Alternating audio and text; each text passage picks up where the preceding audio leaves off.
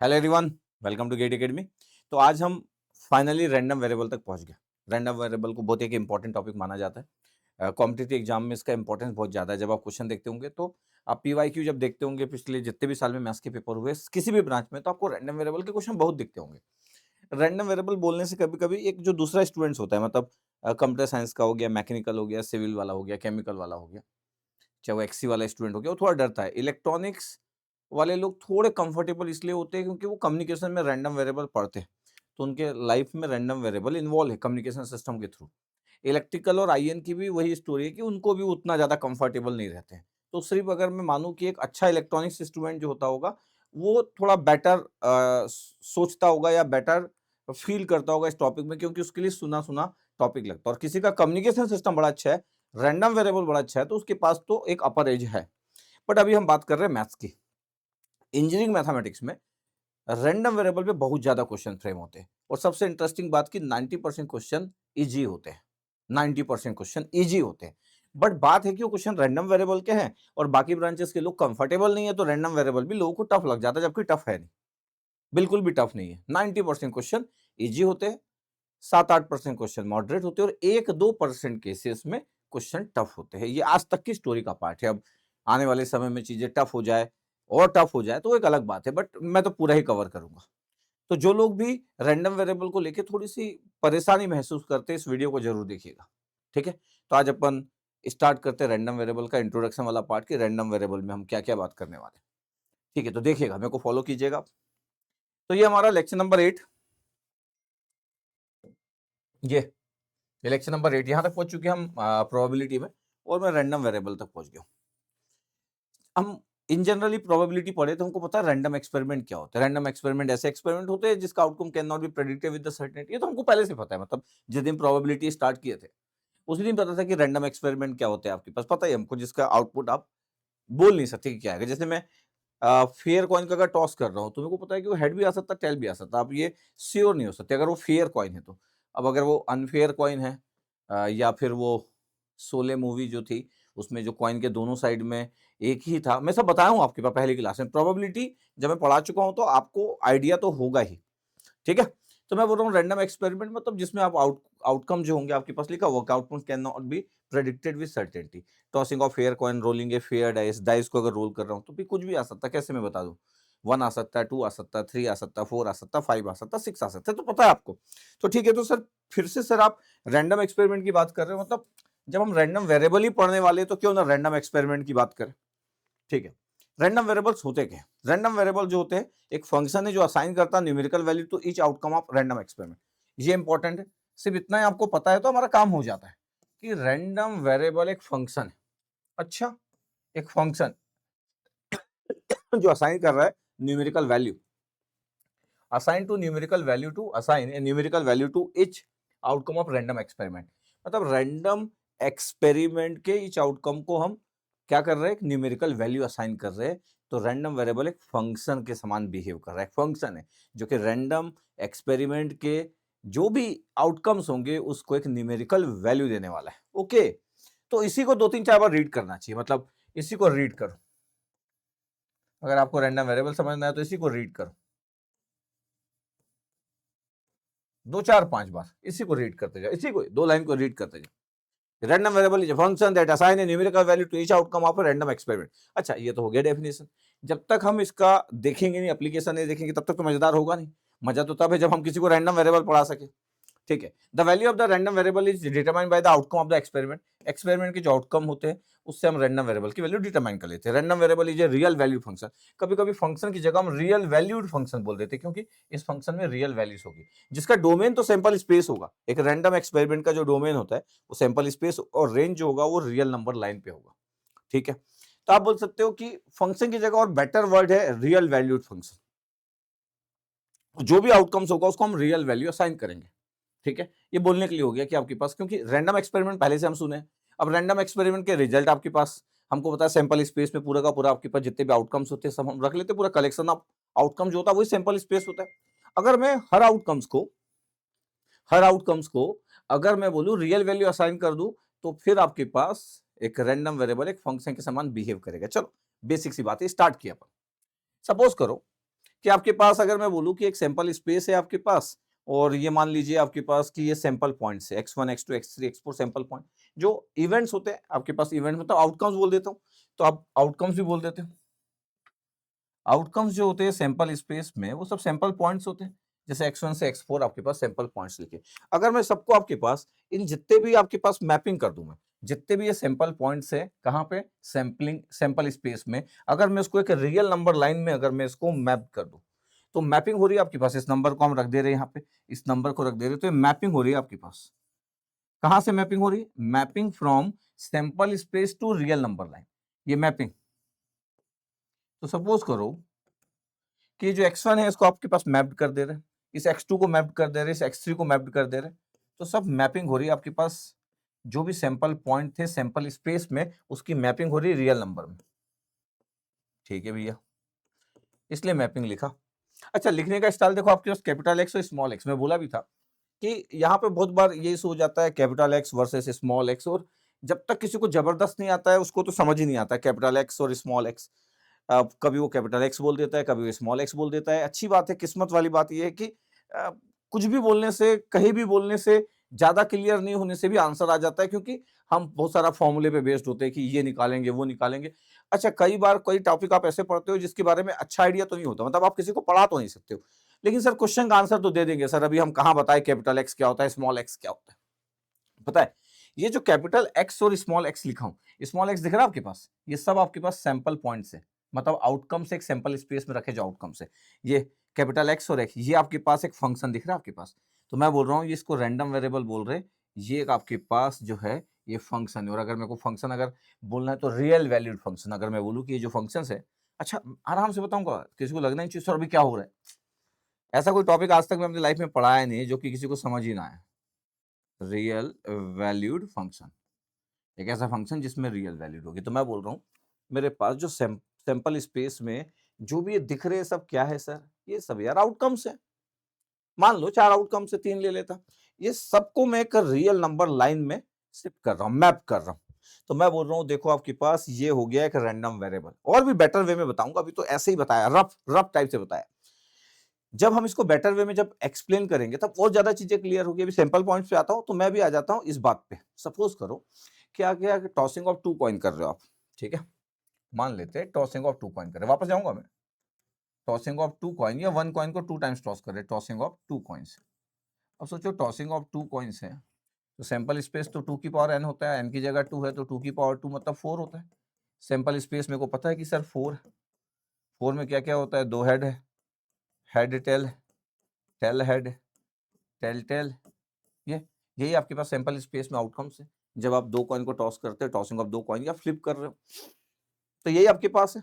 मैं बोल रहा हूं ये जो है आपके पास ये क्या है सर, ये क्या है, हाँ ये क्या है सर, ये जो है ये ये ये ये सर, ये तो सैंपल स्पेस हो गया जो आपको दिख रहा है रिप्रेजेंटेशन। सर ये जो दिख रहे हैं सब सैंपलिंग पॉइंट, ये सब सैंपलिंग पॉइंट है, दिख रहे हैं आपके पास सैंपलिंग पॉइंट, और इसको आउटकम्स भी बोलते हैं सर, सैंपलिंग पॉइंट्स, ये आप आउटकम्स भी बोलते हो। अब भाई कॉइन टॉस कर रहे हो तो आपके पास आउटकम्स तो हेड और टेल के फॉर्म में होंगे, नंबर तो बनेंगे नहीं। एक कॉइन को टॉस कर रहे हो तो हेड आएगा टेल आएगा, इसमें नंबर की बात कहां से आ गई? अरे कॉइन में तो हेड और टेल ही होता है, डाइस में तो चलो नंबर भी होते हैं कि सर डाइस को रोल किया तो या तो 1 आएगा 2 आएगा, चलो वहां तो नंबर है, ऑलरेडी नंबर है आपके पास। लेकिन अगर सबसे अच्छा एग्जांपल स्टार्ट करने के लिए रैंडम वेरिएबल 2 कॉइन को टॉस कर रहे हैं आपके पास, तो भाई head head tail tail head tail tail head आ गया, यही है आपके पास। तो मैं बोल रहा हूँ ये आपके पास 4 वैल्यू दे दी आपके पास। ये पता है ये क्या है सर? ये तो सैंपलिंग सर पॉइंट्स है सर, इसको आउटकम्स बोलते हैं। यस सर, ये सैंपलिंग स्पेस के अंदर में 4 आउटकम्स रखे हैं क्योंकि 2 कॉइन को टॉस कर रहे हैं। यस सर, ये आपके पास हो गया पहला सैंपलिंग पॉइंट, ये हो गया दूसरा सैंपलिंग पॉइंट, ये हो गया तीसरा सैंपलिंग पॉइंट, ये हो गया चौथा सैंपलिंग पॉइंट। 4 सैंपलिंग पॉइंट है बिकॉज 4 आउटकम्स है क्योंकि 2 कॉइन को टॉस कर रहे हैं। ठीक है भैया, लेकिन मैं बोल रहा हूँ कि ये तो सर सिंबॉलिक समान लग रहे हैं, हेड हेड मतलब अल्फाबेटिकल फॉर्म में ना, H H 2, tail T T, H T T H. Yes, लेकिन रैंडम वेरिएबल तो एक आपके पास रियल नंबर लाइन पे हम जाते हैं, और रैंडम वेरिएबल एक फंक्शन होता है, रियल वैल्यूड फंक्शन होता है। तो अगर मैं बोलूं कि मैं रैंडम वेरिएबल में क्या डिफाइन कर रहा हूं, सपोज करो रैंडम वेरिएबल में बोल रहा हूं, रैंडम वेरिएबल एक वेरिएबल अगर मैं डिफाइन कर दूं कि मैं बोल दे रहा हूं कि आपके पास हेड अपीयर्स हो रहा है, आपके पास number of heads, number of heads, number of heads when tossing of 2 coins, तो नंबर ऑफ हेड्स बोल दे, ये चलो यही रहा है, नंबर ऑफ हेड्स कितने हैं करके। अब मैं बोल रहा हूँ मेरे को तो इसको भाई मैप करना था, अब इसमें नंबर ऑफ हेड्स कितने, number of heads random variable को मैं ये लिए कुछ भी ले सकता हूँ, नंबर ऑफ टेल्स बोल सकता हूँ, नंबर ऑफ हेड्स बोल रहा हूँ। अगर मैं नंबर ऑफ हेड्स बोल रहा हूँ तो जो टेल है इसमें कितने हेड से बोले 0 सर, देखो 0 लिखा। टेल हेड में कितने हेड है सर 1, इसमें कितना है 1, तो दोनों 1 पे आ गए क्योंकि दोनों में हेड एक ही है, इसमें हेड कितने हैं 2, तो आपको दिख रहा होगा कि 0, ये टेल हेड, ये हेड टेल और ये हेड हेड, ऐसा आपके पास दिख रहा होगा। अब है कहते हैं आराम से लिखना है। सर मैं तो ये बोल रहा हूँ कि सर हमको तो सर नंबर मिल गया सर, तो पता आपके पास x, ये लिखा मैं स्मॉल x और ब्रैकेट में लिखना चालू किया कि भैया ये 0 था, जो टेल था, उसके बाद टेल हेड में 1 है, फिर ये हेड टेल में 1 है और ये 2 है, ये ऐसा लिखा मैं। इसका क्या मतलब है, इसका मतलब क्या है सर, जो ब्रैकेट के अंदर लिखे न्यूमेरिकल वैल्यू यार, न्यूमेरिकल वैल्यू। 0 का क्या मतलब है, number of heads equal to 0, number of heads equal to 1, number of heads equal to 1, tail head में भी एक हेड है, हेड टेल में भी एक हेड है, और 2 मतलब नंबर ऑफ हेड्स 2, ये लिखिए सर। कैपिटल एक्स और ब्रैकेट में स्मॉल एक्स लिखे। कैपिटल एक्स स्मॉल एक्स जो होता है रैंडम वेरिएबल होता है, इसमें जो स्मॉल एक्स होते हैं वो सैंपलिंग पॉइंट्स होते हैं, ये सैंपलिंग पॉइंट जो है ये नंबर से न्यूमेरिकल वैल्यू में कन्वर्ट हो गए। क्या बात कर रहे हो सर, हाँ ये जो थे, ये जो हेड था वो आपके पास ये टेल था, मैं तो हेड को रैंडम वेरिएबल बोल रहा हूं, तो जो टेल था इसके लिए ये x की वैल्यू 0 हो गई, ये x की वैल्यू 1 हो गई। क्यों, क्योंकि टेल हेड में आपके पास, ये टेल हेड लिख देता हूं, टेल हेड में हेड 1 है, इसमें फिर से 1 क्यों हो गया, क्योंकि हेड टेल में भी 1 एक है, हेड टेल में 1, फिर आपके पास x की वैल्यू 2 आ गई। तो आप ऐसे बोल सकते हो कि सर सैंपलिंग पॉइंट में जो आउटकम्स थे वो तो अल्फाबेटिकल फॉर्म में थे, देखिए लेटर है, तो जब मैं न्यूमेरिकल वैल्यू असाइन कर रहा हूँ रियल नंबर लाइन में, तो मैं इसके अंदर वो वैल्यू लिख रहा हूँ कि रैंडम वेरिएबल में को डिफाइन करना पड़ेगा कि एक्चुअली हम बात क्या कर रहे हैं। तो हम बोल रहे हैं कि चलो random variable number of heads है, कितने हेड है बोले 0, कितने हेड है 1, कितने हेड है 1, कितने हेड है 2, तो 0 1 1 2 आपके पास। तो इसके अंदर जो नंबर्स है हमेशा रियल वैल्यूज होंगे। इसका मतलब है कि मैं एक ऐसा फंक्शन, ये दिख रहा है आपके पास एक रियल वैल्यूड फंक्शन है जिसके अंदर नंबर सी वैल्यूज होंगे, रियल वैल्यूज होंगे आपके पास ये। अच्छा आप इसको ऐसा भी बोल सकते हो, इसको आप ऐसा भी बोल सकते हो कि सर मैं स्मॉल एक्स नहीं लिखूं और सिर्फ कैपिटल एक्स लिख दूं और 0 1 1 2 लिख दूं, ये एक ही बात है। कुछ लोग स्मॉल एक्स लिख के रखते हैं, small X is always good कि स्मॉल एक्स आपके पास और ये पॉइंट्स आपके पास आ गए, सैंपलिंग पॉइंट जो थे वो रियल वैल्यूज में कन्वर्ट हो गए। आप सिर्फ कैपिटल एक्स भी लिख सकते हो, क्योंकि कैपिटल एक्स लिखा है या कैपिटल एक्स स्मॉल एक्स लिखा है, बोथ आर सेम। इसका क्या मतलब हुआ, इसका मतलब ये हुआ सर कि अगर मैं एक पेज आपके लिए कलेक्ट कर दूं और मैं बोल दूं कि कैपिटल एक्स ब्रैकेट में small X equal to capital X, both are same, yes sir, the random variable function real value, real valued, real valued function. ऐसा बोलना अच्छा है, सिर्फ फंक्शन बोलने में मजा नहीं है, रियल वैल्यूड फंक्शन। ओके हाँ, अभी स्टार्ट अभी किए अपन आराम से। मैं बोल रहा हूँ देखो मेरे पास ये वाला पॉइंट है। अभी आप बोल रहे थे कि सर जब आप ऐसा बोल ही रहे हो कि कैपिटल एक्स ब्रैकेट में स्मॉल एक्स या सिर्फ कैपिटल एक्स, फिर वैल्यू लिखे सर 0, क्योंकि हेड नंबर ऑफ हेड्स को रैंडम वेरिएबल होते हैं 1 1, 2 बार 1 क्यों है, क्योंकि हेड आपके पास एक हेड टेल में भी हेड था और टेल हेड में भी है। क्या मैं सर इसको ऐसा भी लिख सकता हूँ, क्या इसको ऐसा भी लिख सकता हूँ कि देखो आपके पास 2 बार लिखने की जरूरत नहीं है, मैं सिर्फ ये बोल सकता हूँ कि 0 हेड है, 1 हेड और 2 हेड है, ये इसका मतलब 1 को 2 बार नहीं लिखने की जरूरत है। अगर मैं ऐसा लिख दिया आपके पास, ऐसा लिख दिया, बोथ आर करेक्ट। नॉर्मली लोग ऐसा लिखना पसंद करते हैं क्योंकि एक ही बार एक ही नंबर को रिपीट नहीं करते, ये ऐसा लिखना चालू करते, ये यही से ये बना। इसमें आपको दिख रहा है कि एक हेड है, एक हेड है और एक हेड 2 बार है, एक हेड मतलब हेड टेल में भी टेल हेड में भी। लेकिन जब हम नंबर की बात करते तो रिपीट नहीं करते, बस 0 1 2 लिख दिए। 0 1 2 का क्या मतलब है, 0 1 2 का मतलब है जब मैं बोलता हूं कि, अब ध्यान से देखना, 0 1 2 का मतलब क्या है, जब मैं बोलता हूं क्या ये जब मैं बोलता हूं कि प्रोबेबिलिटी, प्रोबेबिलिटी जब मैं बोलता हूं कि प्रोबेबिलिटी आपके पास x इक्वल टू एक्स की वैल्यू, कैपिटल एक्स की वैल्यू, कैपिटल एक्स की वैल्यू बोलता हूं कि आपके पास 0 है, इसका मतलब क्या है, इसका मतलब है कैपिटल एक्स इक्वल टू 0 है, तो कैपिटल एक्स की वैल्यू आपके पास ऐसे लिख देते हैं हम लोग। इसका मतलब है कि ये वाली वैल्यू की बात कर रहे हैं, इसका मतलब है कि प्रोबेबिलिटी हेड इक्वल टू 0। अगर अगर मैं नंबर ऑफ हेड्स को रैंडम वेरिएबल बोल रहा हूँ, नंबर ऑफ हेड्स को 0, तो इसकी तो एक ही प्रोबेबिलिटी, एक ही आपके पास वैल्यूज थी। अगर मैं ध्यान से देखूं तो 0 1 1 2 में टोटल 4 कॉम्बिनेशन है, जिसमें से ये 0 आपके पास एक ही बार आ रहा आउट ऑफ 4, तो 1/4 होगा। या फिर आपको पता है कि सैंपलिंग स्पेस है, इसकी प्रोबेबिलिटी कितनी होगी आपके पास, 0 हेड की प्रोबेबिलिटी मेरे को पता है कि टोटल आपके पास जो आउटकम्स है 4 है, उसमें से एक ही आउटकम्स की पॉसिबिलिटी जो है, तो प्रोबेबिलिटी इज 1/4। तो इसका मतलब है प्रोबेबिलिटी इज 1/4। 0 हेड आने की प्रोबेबिलिटी मतलब टेल आएगा, तभी आपके पास होगा, तो probability 1/4। This is the style, देखो ध्यान से। अच्छा, हम यही पढ़ चुके हैं जब हम पहली बार स्टार्ट किए थे, मतलब जब मैं प्रोबेबिलिटी स्टार्ट किया था तो हम यही लिखते थे कि प्रोबेबिलिटी हेड इक्वल टू 0 कितना है, बोले 1/4, 2 कॉइंस को टॉस कर रहे, तो ये हम पहले भी लिखते थे। आज इसकी जगह ये भी लिख रहे हैं। तो मैं कभी कभी बोलता था आपके पास कि यार, जब मैं बाइनोमियल और वो सब पढ़ाता था तो बोलता था कि यार ये लिख लो ना यार, चलता है, आर लिख लो करके, याद है आपको? बट ठीक है, आज तो हम रैंडम वेरिएबल पढ़ रहे हैं, बोथ आर सेम। हेड 0 या x इक्वल टू 0, क्योंकि x ही आपका नंबर ऑफ हेड्स है। इसका मतलब x क्या है? x है रैंडम वेरिएबल है आपके पास, और नंबर ऑफ हेड्स है। इसके लिए कोई भी परेशान ना हो। किसके लिए? कि सर कुछ लोग तो बोलते हैं ऐसा लिखो सर, x लिखो number of heads.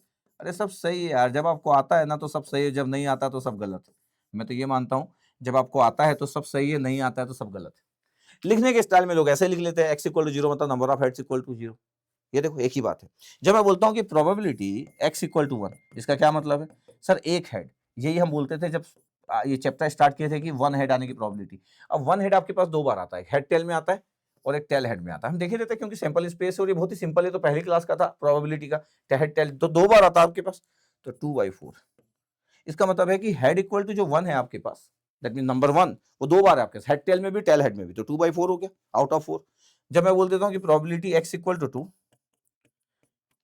Probability head equal to 2, number of heads equal to random variable है, और एक ही बार आ सकता है आपके पास जब दोनों हेड आ जाए, तो प्रोबेबिलिटी का आंसर 1/4। देखो जरा ध्यान से, अब ऐसा करके समझना है, ऐसे करके समझना है आपको, देखो जरा ध्यान से। तो आपको क्या पुरानी बातें मैं बार बार करूंगा, आपको क्लियर है कि पहले भी आप रैंडम वेरिएबल पढ़े हो, लेकिन पहले मतलब जब हम प्रोबेबिलिटी स्टार्ट किए थे, बट हम ये नहीं लिखते थे, जब हम इतना लिख देते थे इसके पहले का नहीं लिखते थे, हम कभी नहीं बोलते थे कि number of heads equal to random variable, क्योंकि मैं रैंडम वेरिएबल फंक्शन पहली क्लास में क्यों बात करूं।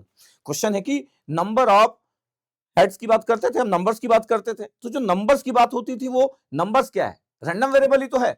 इसका मतलब है कि मैं सिर्फ x लिख दिया और x को नंबर ऑफ हेड्स बोल दिया, फिर आप x ही लिखते जाओ, ये देखो इसमें अपना काम हो जाता है। दिख रहा है आपके पास? ऐसा करके स्टार्ट करते हैं हम लोग दिस वन। इसका मतलब है कि सर रैंडम वेरिएबल क्या है, कैपिटल x और ये x ब्रैकेट स्मॉल x आपको समझ आ गया कि जो आउटकम्स थे उसको जब न्यूमेरिकल वैल्यू असाइन किए हम लोग, तो कैपिटल x स्मॉल x लिखना चालू कर दिए। इसलिए कभी कभी कोई इस बात को अगर ऐसा लिख दे, किस बात को ऐसा लिख दे, किस बात को ऐसा लिख दे कि सर ये प्रोबेबिलिटी x इक्वल टू 0 बोल रहे थे, यस। अब क्या है सर, आप बोल रहे थे कि सर जब मेरे पास सैंपल स्पेस था, क्या था सैंपल स्पेस यार, दो head, head tail, tail head और टेल टेल, ठीक है, ये था। जब मैं इसको रैंडम वेरिएबल से लिखा, कैपिटल एक्स से लिखा, तो ये आपके पास दो हेड है, 2, ये 1, ये 1, एक हेड और ये 0। जब इसको फिर से लिखा, ये द गुड स्टाइल, 0 1 एंड 2, तो ये रैंडम वेरिएबल में तीन वैल्यू है, 0 1 2, विद 0 1 2। अभी मैं फिर से वही बात कर रहा हूँ कि जब मैं बोलता हूँ कि probability capital X equal to 0, ये तो आपके पास 0 हेड आने की प्रोबेबिलिटी, तो 1/4 आप लिख देते हो। कुछ लोग इसको कभी कभी इसी को कैपिटल एक्स को स्मॉल एक्स इक्वल टू 0 भी लिख देते हैं, तो आपको परेशान होने की जरूरत नहीं है, क्योंकि कैपिटल एक्स लिख रहे हो, ये स्मॉल एक्स लिख रहे हो, इसलिए प्रॉब्लम नहीं होती, क्योंकि स्मॉल एक्स जो होता है वही सैंपलिंग पॉइंट्स जो कि आउटकम्स थे रैंडम एक्सपेरिमेंट के, वही नंबर बने। इसलिए स्मॉल एक्स लिखने से या कैपिटल एक्स लिखने से कोई प्रॉब्लम नहीं होती भाई साहब, और आंसर इज 1/4। इसलिए कई बार लगता है सर कुछ लोग तो बुक में कैपिटल एक्स लिख देते हैं, कुछ लोग तो बुक में स्मॉल एक्स लिख देते हैं, कुछ तो सर गेट के पेपर में कभी कैपिटल एक्स लिखा रहता है, कभी गेट के पेपर में स्मॉल एक्स लिखा रहता है। आईआईटी बॉम्बे से एक बार क्वेश्चन आया तो सर स्मॉल एक्स लिखा था सर, आईआईटी गुवाहाटी से पेपर आया तो सर कैपिटल एक्स लिखा था सर। वो x teacher sir capital x लिखना पसंद करता है सर, वो दूसरा जो टीचर है सर वो स्मॉल एक्स लिखना पसंद करता है। मैं बोलता हूं आपको इतना बेहतर जाना चाहिए कि ऑल आर सेम, क्योंकि स्मॉल एक्स जो है वो वही नंबर है जो रैंडम वेरिएबल के अंदर रखे हुए हैं, इसलिए कैपिटल एक्स को स्मॉल एक्स लिखने से कुछ इशू नहीं होता। ओके, हाँ,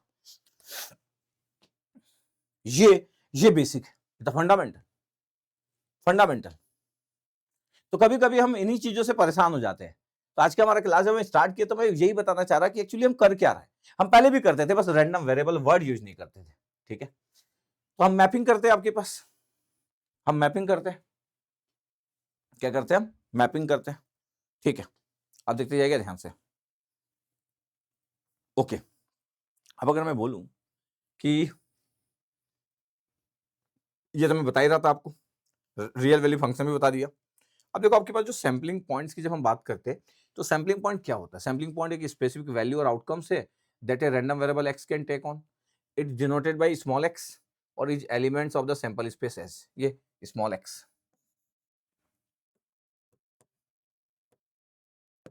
ये small X is denoted by small X और element of the sample space होता है, ठीक है।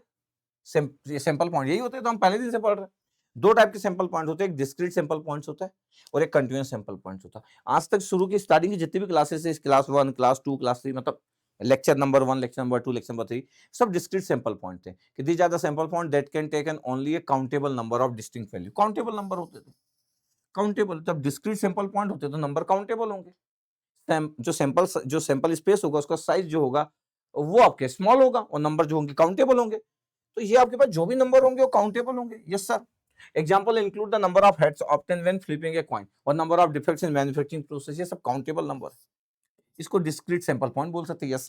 कंटीन्यूअस सैंपल पॉइंट क्या होते हैं sir? These are the sample points that can take on any value within a given interval और range. क्योंकि जब मैं कंटीन्यूअस सैंपल पॉइंट की बात करूंगा तो फिर तो आपके पास किसी पर्टिकुलर रेंज में आपके पास कितने भी पॉइंट्स हो सकते हैं, तो उसको आप काउंट नहीं कर सकते, उसको आप काउंट नहीं कर सकते। तो कंटीन्यूअस में तो वैसे भी काउंट कैसे कर पाओगे आप?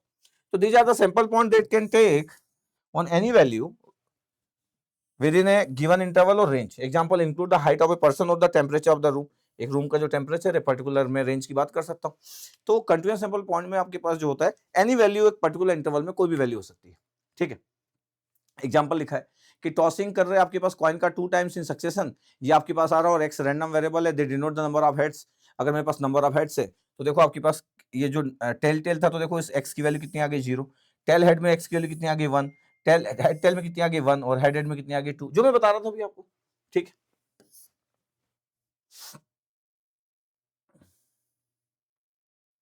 अगर सपोज करो एक और एग्जांपल लिया कि y एक रैंडम वेरिएबल है, एक रैंडम वेरिएबल y ले लिया, ये बोल रहा है कि number of heads minus the number of tails for each outcome of the above sample space. मतलब ये बोल रहा है कि जब मैं दो कॉइन को टॉस कर रहा हूं तो मेरा जो रैंडम वेरिएबल है वो number of heads minus number of tails है। मतलब मैं रैंडम वेरिएबल कैसे भी डिफाइन कर सकता हूं, ऐसा नहीं है कि नंबर ऑफ रैंडम वेरिएबल मतलब नंबर ऑफ हेड्स काउंट करने का होगा या नंबर ऑफ टेल्स काउंट करने का होगा, नहीं। रैंडम वेरिएबल कैसे भी डिफाइन किया जा सकता है। यहाँ पे नंबर ऑफ रैंडम मतलब रैंडम वेरिएबल कैसे डिफाइन कर रहा है, number of heads minus the number of tails for each outcomes. जैसे मेरे पास 2 हेड आ गए तो number of heads minus number of tails, इसमें टेल्स तो नहीं तो हेड 2 है तो 2 माइनस 0, मतलब इसकी वैल्यू 2 आ गई। इसमें कितना आ गया सर, एक हेड एक टेल तो 1 माइनस 1 0। इसमें कितना आ गया सर, टेल हेड है तो 1 माइनस 1 0। इसमें कितना आ गया, टेल टेल तो 0 माइनस 2। देखो X and Y are the two different random variable.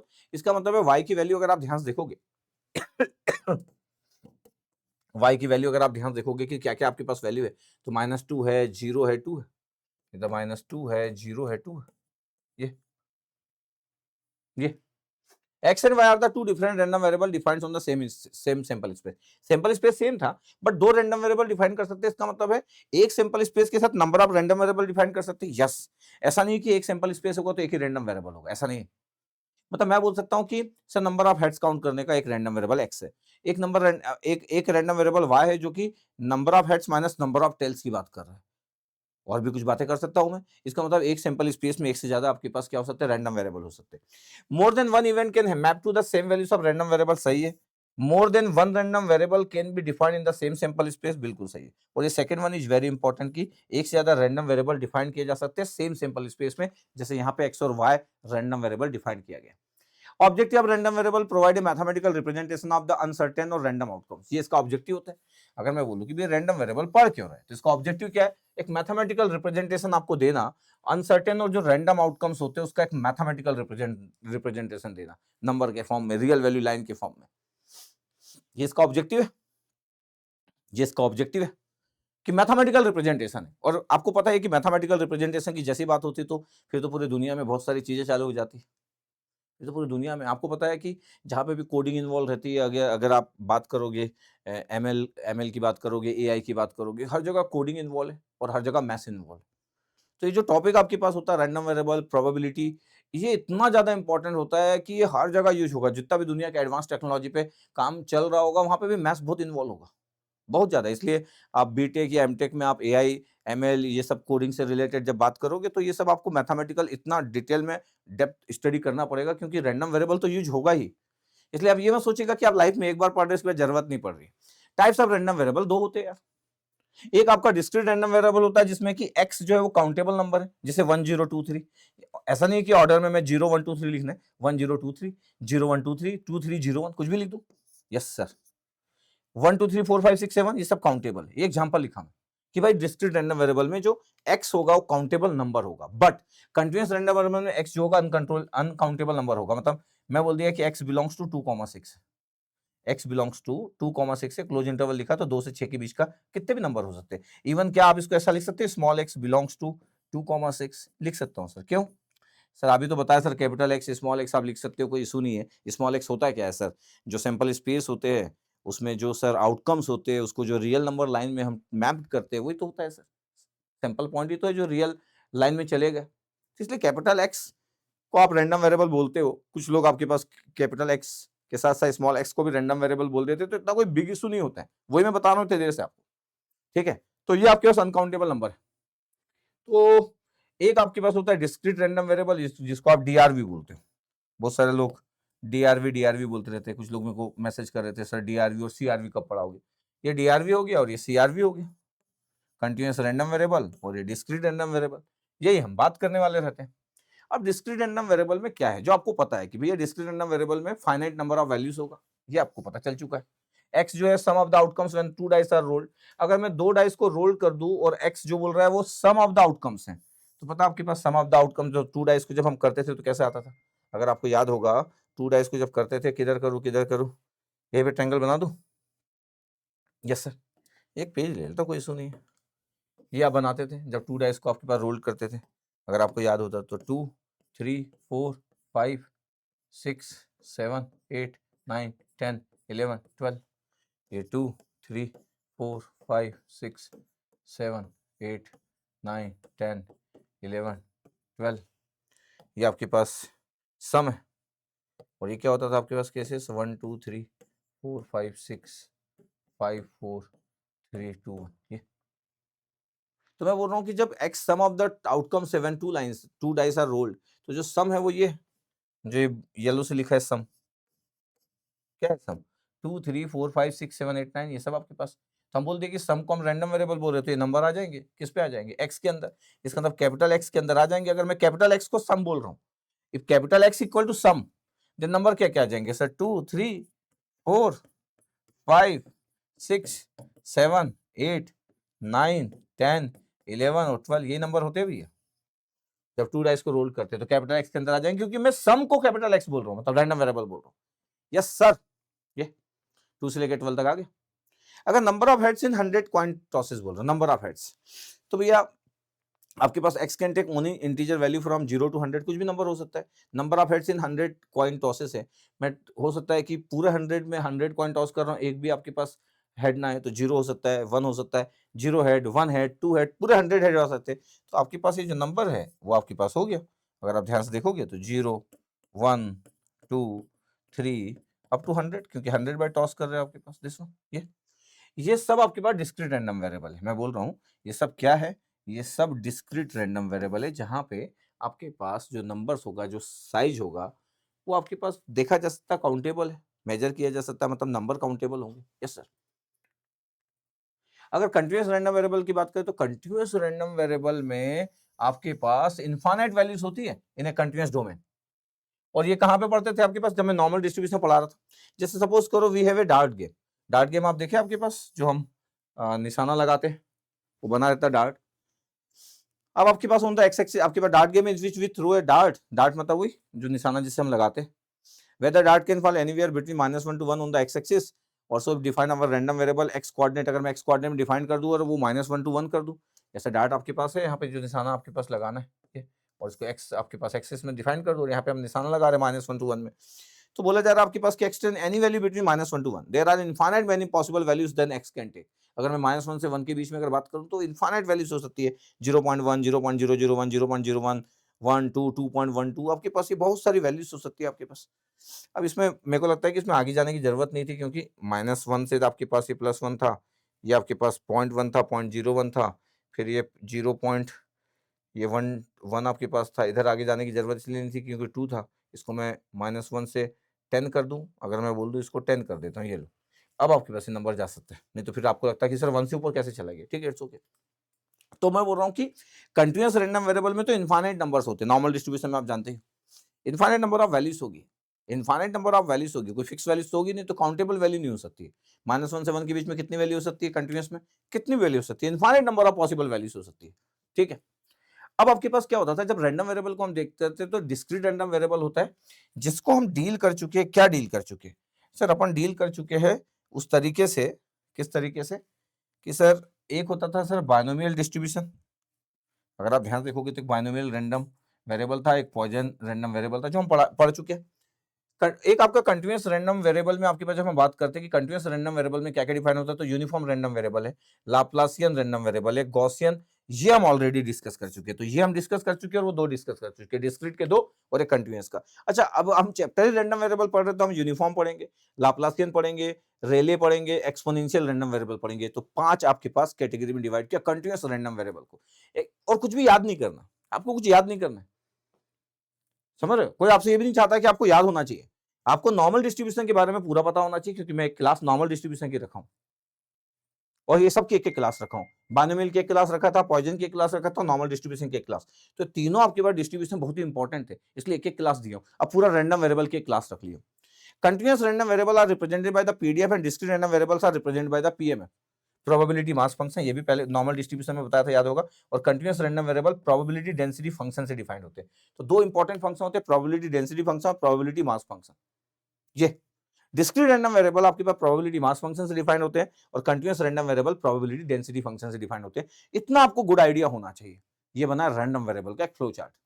अब आपके पास यूनिफॉर्म रैंडम वेरिएबल के बारे में लिख दिया आपके पास कि ए से बी होता है और 1/b माइनस होता है, और ये हम डिटेल में डिस्कस करेंगे। ये हम डिटेल में डिस्कस करेंगे, इसलिए इस पे भी डिस्कस नहीं कर रहा हूं। लाप्लासियन रैंडम वेरिएबल ये होता है आपके पास, ये ये लाप्लासियन रैंडम वेरिएबल। अगर मैं इसका एरिया 1 बोलूं तो फिर इसके लिए ए और बी का रिलेशनशिप आ जाएगा। ये गॉसियन रैंडम वेरिएबल है। ये इंपॉर्टेंट इसलिए क्योंकि ऑलरेडी वी नो दैट कि आपके पास एफ ऑफ एक्स की वैल्यू ये होती है, और ये हम बहुत अच्छा जानते हैं क्योंकि पिछली क्लास से पढ़ के आ रहे हैं। ये सब बातें करेंगे आपके पास, यस, ये सब बातें हम कर लेंगे। प्रोबेबिलिटी डेंसिटी फंक्शंस के बारे में सब बातें कर लेंगे। यही सब तो पढ़ने वाले इस चैप्टर में, इसलिए मैं इस पे फोकस नहीं किया। यूनिफॉर्म यही तो पढ़ेंगे अभी हम इस चैप्टर में, ये हम जानते हैं ऑलरेडी। फिर एक रेले रैंडम वेरिएबल होता है आपके पास एक्स बाई सिग्मा स्क्वायर। ये थोड़ा डिफरेंट टाइप के पास दिख रहा है। ऐसा नहीं कि याद होना चाहिए, जब ये हमारे सामने आएगा तो हम प्रूव कर लेंगे इसका एरिया 1 है, तो इसमें कोई इशू नहीं है। ठीक है, एक एक्सपोनेंशियल रैंडम वेरिएबल होता है लैम्डा ई rays power minus lambda x. Binomial random variable में आपके पास हम प्रोबेबिलिटी लिखते थे, आपके पास ये प्रोबेबिलिटी लिखते हैं और प्रोबेबिलिटी मास फंक्शन होता है और टोटल प्रोबेबिलिटी इज ऑलवेज 1। ये पी आर की वैल्यू लिखते थे, याद है? ये हम प्रोबेबिलिटी की वैल्यू लिखते थे हम लोग, और हम बोलते भी थे कि यार ये जो आर है वो एक्स इक्वल टू आर है। अगर आपको याद होगा तो मैं बोलता था probability X equal to R. ये देखो आर लिखता था, X is the binomial random variable. यहां लिखते थे हम X is the Poisson random variable और X equal to small R. ये दिस द रिजल्ट। मैं बोलता था ये नहीं लिखना है तो सिर्फ पी आर लिख लो। जैसे मैं बोल रहा था देखो अभी ये जो एक्स है स्मॉल एक्स, मैं प्रूव करता था, मैं स्मॉल एक्स भी लिखा था, अगर आपको याद होगा तो उसी स्मॉल एक्स को आप आर भी लिख सकते थे। तो देखो मैं बोला कि देखो प्रोबेबिलिटी आप लिख लो, ऐसे डायरेक्ट लिख लो। देखो ऐसा भी लिख सकते हैं, ये और इसमें कोई डिफरेंस है क्या? नहीं है डिफरेंस। तो जब हम पूरा प्रोबेबिलिटी पढ़ लेते हैं तो फिर बहुत सारी चीजें हमको पता रहती है, बहुत सारी चीजें। ये अपनी कॉपी पलटोगे तो आपको दिखेगा बहुत सारी चीजें। जैसे जैसे हम आगे बढ़ते जाएंगे पीछे की चीजें भी दिखती जाएगी, अच्छा ऐसा था क्या करके। यस, ये चालू कर लेना। अगर मैं बोलूं कि एक एग्जाम्पल 1 ले रहा हूं, मैं एग्जाम्पल 1 ले रहा हूं, ठीक है, एग्जाम्पल 1 क्या बोल रहा है, एग्जाम्पल 1 थोड़ा सा बता देता हूँ, बाकी सब आपको पता ही है। 2 कॉइन्स आर टॉस साइमल्टेनियसली। अगर 2 कॉइन को टॉस कर रहा हूँ साइमल्टेनियसली, या 1 कॉइन को तो 2 टाइम्स टॉस कर रहा हूँ, तो आपके पास सैंपल स्पेस में क्या होगा? 2 कॉइन्स को टॉस कर रहा हूँ तो सर आपके पास head head, head tail, tail head और टेल टेल होगा। ये sir if number of heads represent random variable perform mapping, तो जो कैपिटल एक्स है, जो कैपिटल एक्स है वो आपके पास जो है वो random variable, the random variable function और रैंडम वेरिएबल कैपिटल एक्स, इसको हम बोल रहे हैं number of heads, number of heads, that means the random variable. ये ठीक है, आराम से बता रहा हूँ, कोई इशू नहीं। आपको लगेगा कि सर अभी तो बताए थे, ठीक है, इट्स ओके ना यार, रैंडम वेरिएबल। अगर मैं बोलूँ कि क्या वैल्यू आपके पास है, तो एक्स की वैल्यू अगर आप देखोगे तो ये आपके पास हेड्स कितने, 2, तो 2, ये कितने हेड्स, 1, इसमें हेड्स कितने, 1, इसमें हेड्स कितने, 0, ये। और जब आप इसी को मॉडिफाइड फॉर्म में इसी एक्स को जब लिखते हो तो नंबर आपको 3 लिखना है, ऑर्डर कोई भी रख सकते हो, तो 0 से स्टार्ट कर रहा हूँ, 0, एक 1 दिख रहा है और 2 दिख रहा है, तो ये number random variable takes 3 value, 0 1 2, number of heads 0 होंगे तो 1 होंगे 2 होंगे, क्योंकि आप जब 2 कॉइन को टॉस कर रहे हो आपके पास तो 2 ही हो सकते हैं ना हेड्स, या तो नहीं होंगे तो 0 1 2 ये आपके पास है। पता है number of heads represent the perform mapping from sample space to real number line.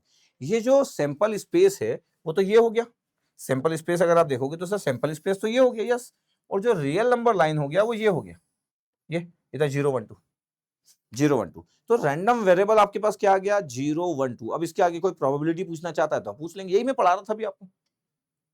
कोई बोलेगा सर मैं तो इसको ऐसा लिखना चाहता हूँ सर 0 1 1 2, कोई इशू नहीं है यार, बट फिर भी हम बोल देते हैं कि यार 1 2 बार क्या लिखना, क्योंकि कोई नंबर रिपीट क्यों करे रैंडम वेरिएबल के अंदर, नीड नहीं है।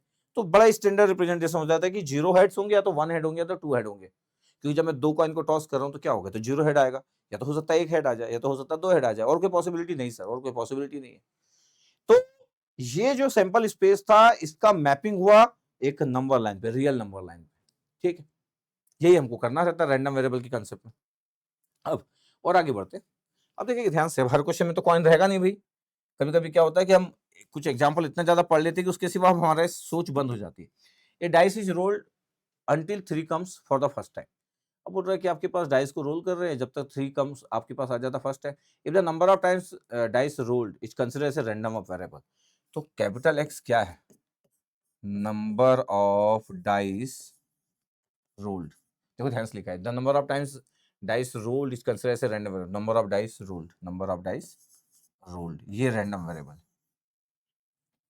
लिखा है आपके पास, देखो ध्यान से देखना, अच्छे से एकदम देखना है। If number of time dice rolled is consider as a random variable, okay. अब आपके पास सैंपल स्पेस क्या होगा, सर देखिए सैंपल स्पेस के लिए क्वेश्चन को देखना पड़ेगा, क्वेश्चन को क्या देखना है इसमें, देखो ना सैंपल स्पेस में क्या है, क्या बोल रहा है। एक डाइस को अगर रोल कर रहा हूं तो सपोज करो उसमें आपके पास 3, अब पहले बार डाइस को रोल किया तो क्या होगा, मान लेते कि 3 आ गया तो नहीं आया, और कब तक करना आपको, जब तक फर्स्ट टाइम आपके पास राइस को रोल करना, अंटिल लिखा है आपके पास, ये द इंपॉर्टेंट टर्म, तब तक आपको करते जाना है, यही हुआ आपके पास। तो आपके पास सपोज करो मैं डाइस को रोल कर रहा हूं तो 3 आ गया, 3 आ गया भैया, 3 नहीं आया, कोई भी नंबर आ सकता है, 3 नहीं आया, फिर सेकंड टाइम जब रोल किया तो कितना आ गया, 3 आ गया, बिल्कुल सही है। चलो पहली बार रोल किया तो 3 नहीं आया, दूसरी बार रोल किया तो भी 3 नहीं आया, और तीसरी बार रोल किया तो 3 आ गया, ऐसे चलते रहेगा। फिर आपके पास सर रोल 3 नहीं आया, 3 नहीं आया, 3 नहीं आया, और फिर 3 आ गया, ऐसे चलते रहेगा। ध्यान से आप देखो ऐसे चल रहा है आपके पास सैंपल स्पेस में, क्योंकि लिखा है a dice is rolled until 3 comes for the first time, जैसे 3 आ गया आपके पास, ये हो सकता है कि ना आए, फिर 3 आया, फिर ना आए, 3 आया। अब ध्यान से देखो कि रैंडम वेरिएबल क्या हुआ, अगर आप अच्छा सीख रहे हो तो आप समझ जाओगे कि सर रैंडम वेरिएबल बताऊं क्या क्या होता है। पहली बार में 3 आ गया तो डाइस को कितने बार रोल किया, एक ही बार किया, यस सर। लेकिन पहली बार में 3 नहीं आया, कोई भी नंबर आया, दूसरी बार में 3 आया, कितने बार डाइस को रोल किए, सर 2 बार सर, एक 3 का ना आना, कोई भी नंबर आना, और दूसरी बार 3 का आना, तो कितने बार रोल किए सर, 2 बार। पहली बार में 3 का ना आना, कोई भी नंबर आना, दूसरी बार में 3 का ना आना, कोई भी नंबर आना, तीसरी बार में लेकिन 3 का आना, कितने बार डाइस को रोल किया आपके पास, 3 टाइम्स, ये 4 टाइम्स, ये है आपके पास, ये देखो, इसका मतलब है ये sample space to random variable आ गया, ये देखो सैंपल स्पेस टू आरवी, इसके लिए पता होना जरूरी है कि एक्स है क्या। अगर आपको रैंडम वेरिएबल किसको डिफाइन किया जा रहा ना पता हो तब कैसे बताओगे, नहीं बता पाओगे।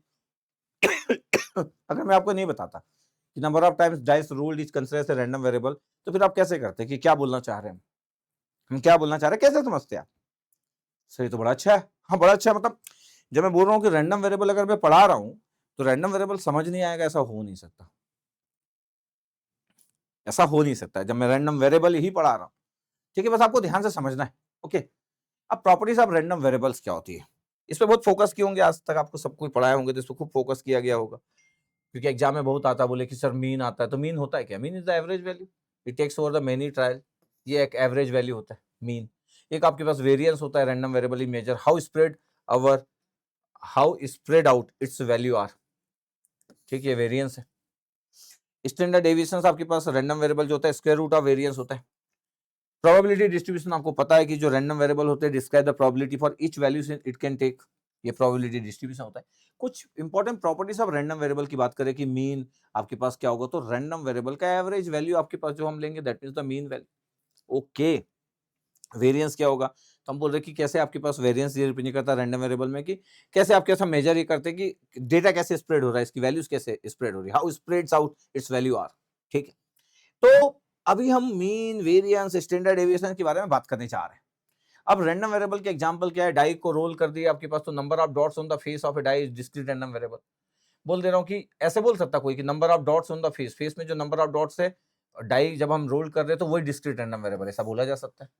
इवन कितने बार रोल कर रहे हैं उसको भी रैंडम वेरिएबल बोला जा सकता है। Flipping a coin, the outcome of coin toss head और tail is a discrete random variable, ये बहुत होता है, ये कॉमनली यूज्ड है, ये कॉमनली यूज्ड टर्मिनोलॉजी,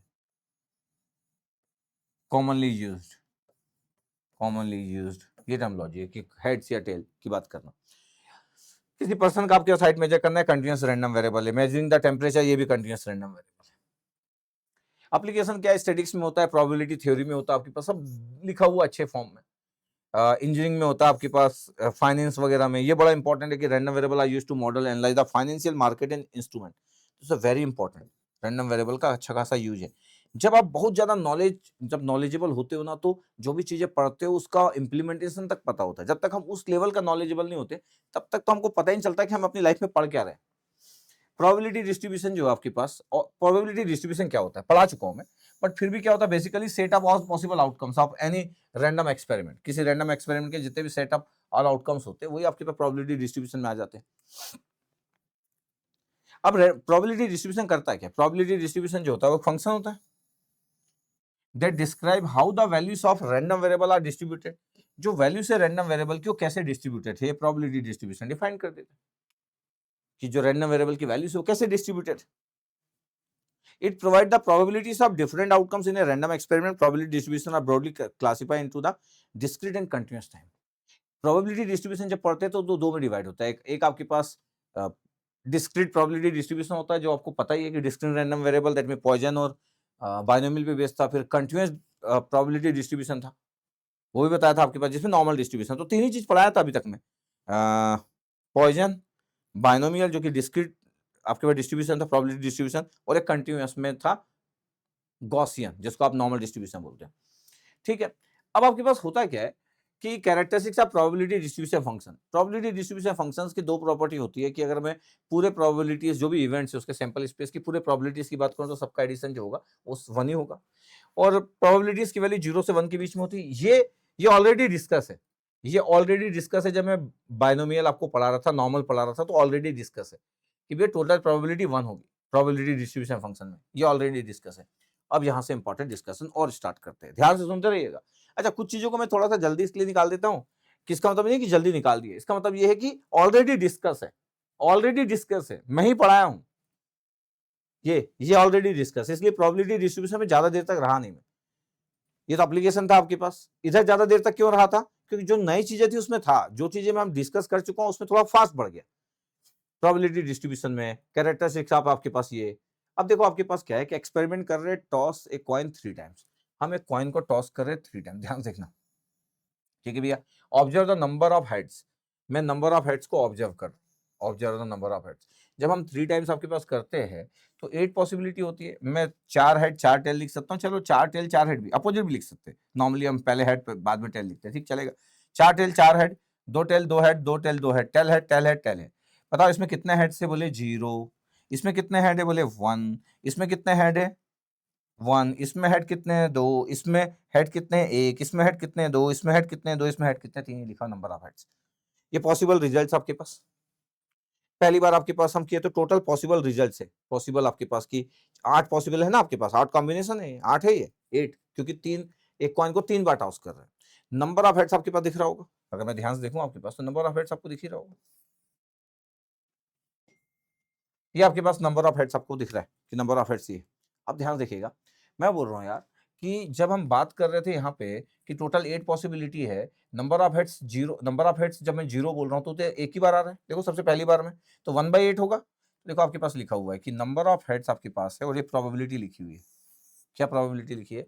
अगर आपके पास नंबर ऑफ हेड्स को मैं रैंडम वेरिएबल बोल दे रहा हूँ तो x इक्वल टू 0 पे क्या आ रहा है? x इक्वल टू 0 पे बोले सर हेड इक्वल टू 0 था तो एक ही बार था, जब पूरे टेल थे तो 1/8 टोटल पॉसिबिलिटी, तो 1/8 आ गया। अच्छा, एक आपके पास हेड इक्वल टू 1 मतलब प्रोबेबली x इक्वल टू 1 आ जाए, मतलब नंबर ऑफ हेड्स को हम बोल रहे हैं आपके पास रैंडम वेरिएबल। 1 देखो आपके पास कितने बार था, 1 2 3 बार था, देखो ध्यान से देखो 1 1 1, देखो ना नंबर ऑफ आपके पास 1 1 1, तो यहाँ पे जितने बार आपको दिखते जाता है ये देखो 1 1 1 आउट ऑफ 8 जो है वो 3 बार आया, तो 3/8, तो मैं आपके पास यहाँ पे बोल दिया कि आपके पास 3/8। फिर x इक्वल टू 2 मतलब नंबर ऑफ हेड्स 2 आपके पास था, 2 भी देखो कितने बार था, 3 बार था, ये भी आ गया आपके पास 3/8। और ये कितने बार था आपके पास, ये नंबर ऑफ हेड्स 3, 3 तो सर एक ही बार था सर, तो इसलिए 1/8 है। तो 0 भी एक बार है रैंडम वेरिएबल में, 1 आपके पास 3 बार था, ये आपके पास था और ये था। अच्छा, हमको सैंपल स्पेस के बारे में पता है, अगर मैं बोल देता कि सर x की वैल्यू क्या क्या है, तो आप बोल देते कि सर 3, अगर एक कॉइन को 3 बार टॉस कर रहे तो 0 1 2 और 3, इतनी पॉसिबिलिटी आएगी। इसका क्या मतलब है? इसका मतलब है number of heads equal to 0, number of heads equal to 1, number of heads equal to 2, number of heads equal to 3, या तो तीनों हेड आएंगे या तीनों आपके पास हेड नहीं आएंगे, एक हेड आएगा 2 हेड आएगा, इतनी पॉसिबिलिटी होती है। नंबर ऑफ हेड तीनों आ जाए वो एक ही पॉसिबिलिटी, तीनों में हेड आ जाना, तीनों में हेड नहीं आना उसकी भी एक पॉसिबिलिटी, तो ये भी 1/8 है, ये भी 1/8 है, और बीच में आपके पास तो 6 कॉम्बिनेशन थे, जो कि 3 बार आपके पास नंबर ऑफ हेड्स 1 आ रहा था, नंबर ऑफ हेड 2 आ रहे थे। ये आपके पास प्रोबेबिलिटी ऑफ आउटकम्स है, ये पी ऑफ एक्स ऐसा लिख देते हो, और x is the random variable, number of heads को रैंडम वेरिएबल बोला गया है, दिस वन। अगर मैं बोलूं कि यार ये पूरे प्रोबेबिलिटी को अगर मैं ऐड कर दूं 1/8 3/8 3/8 1/8 सबको ऐड कर दूं तो 1 आ जाएगा, क्योंकि टोटल प्रोबेबिलिटी तो 1 होना ही चाहिए। ये हम बात कर रहे थे कि आज जब मैं डिस्ट्रीब्यूशन की बात करता हूं तो टोटल प्रोबेबिलिटी तो 1 होना ही चाहिए। ये बात इधर उधर नहीं हो सकती, ये बात इधर उधर नहीं हो सकती अगर मैं टोटल प्रोबेबिलिटी की बात करता हूं। ठीक है, अगर मैं एक फिगर बना दूं कि नंबर ऑफ हेड्स ये रैंडम वेरिएबल है, एक्स इज द, एक्स लिखा हूं एक्स एक्सिस में capital x is the number of heads, यहां लिखा हूं मैं प्रोबेबिलिटी, प्रोबेबिलिटी लिखा हूं, नंबर ऑफ हेड्स 0 है, 0 को देखो एक ऐसा बनाया मैं, और देखो कितना 1/8 है, इसका मतलब कितना है, इसकी प्रोबेबिलिटी 1/8 है, जब number of heads 0, number of heads जब 1 है, कितने बार नंबर ऑफ हेड्स 1 थे, तो बोले इसकी प्रोबेबिलिटी 3/8 थी, 3 टाइम्स थे आउट ऑफ 8। फिर नंबर ऑफ हेड्स 2 थे, ये देखो आपके पास 3/8, ये कितना था, नंबर ऑफ हेड्स जब 3 थे आपके पास तो 1/8 था, तो देखो कितना अच्छा फिगर बना, it's a very very good figure, ये टेबल बना हुआ है। तो प्रोबेबिलिटी में आपको बहुत अच्छे से पता रहना चाहिए कि जब हम बात करते हैं तो हम रैंडम वेरिएबल क्या बात करते हैं, हम असाइन करते हैं आपके पास नंबर्स जो जो आपके पास है। इसलिए कॉइन के एग्जांपल को बड़ा अच्छा इसलिए माना जाता है क्योंकि कॉइन को जब आप टॉस करते हैं तो अल्फाबेटिकली नंबर आते हैं, टी और एच के फॉर्म में आता है, आपको उसको नंबर में कन्वर्ट करना है। और रैंडम वेरिएबल में देखो 0 आएगा, 1 आएगा, 2 आएगा, 3 आएगा, ये इतना दिख रहा है आपके पास। ठीक है, ये बना हुआ है आपके पास बेहतरीन एक टेबल, बेहतरीन एक फिगर बना हुआ है। अब सोचो कि मेरे पास यहाँ पे हम कॉइन का टॉस कर रहे थे आपके पास, और ये मेरे पास बना हुआ है कि मैं यार 3 बार एक कॉइन को 3 बार टॉस कर रहा हूँ, ऐसा दिख रहा है आपके पास, और मेरे को अगर ये फाइंड आउट करना है, probability x less than equal to 1 find out करना है। क्या मतलब हुआ इसका? इसका मतलब सर, इसका मतलब हाँ, इसका मतलब सर x इक्वल टू 1 और x इक्वल टू 0, इतना तो सर पता ही है सर। ये क्या है यार जो लिख रहे ब्रैकेट में, sir random variable 1 random variable 0, random variable 1 का क्या मतलब है सर? रैंडम वेरिएबल 1 का मतलब है कि sir number of heads, number of heads random variable है, तो number of heads 1 sir, number of heads 1, number of x equal to 0, number of head 0 sir, ये तो 1/8 है सर, और x इक्वल टू 1 क्या था, 3/8 था सर, x इक्वल टू 1 पे प्रोबेबिलिटी 3/8 था, क्योंकि 3 बार आपके पास हेड 1 थे, ये बना हुआ आपके पास कि हेड 1 कब कब है, यहाँ है, यहाँ है, यहाँ है, ये दिख रहा है आपके पास। इसका मतलब क्या हुआ? इसका मतलब ये हुआ कि सर जो x इक्वल टू 1 जो आप बोल रहे हो वो आपको पता है कि 3/8 है उसकी प्रोबेबिलिटी, और जो head equal to x equal to 0 बोल रहे हो 1/8 है, तो सर आंसर हो गया 4/8, दैट मीन आंसर इज 1/2। ये हम करते थे पहले से, ये हम लिखते थे, बट x नहीं लिखते थे आपके पास, लिख रहे हैं आपके पास, तो ये x जो है वो नंबर ऑफ हेड्स है और इसको हम रैंडम वेरिएबल बोल रहे हैं। अगर मैं बोलूं कि x इक्वल टू 0, इसका क्या मतलब है?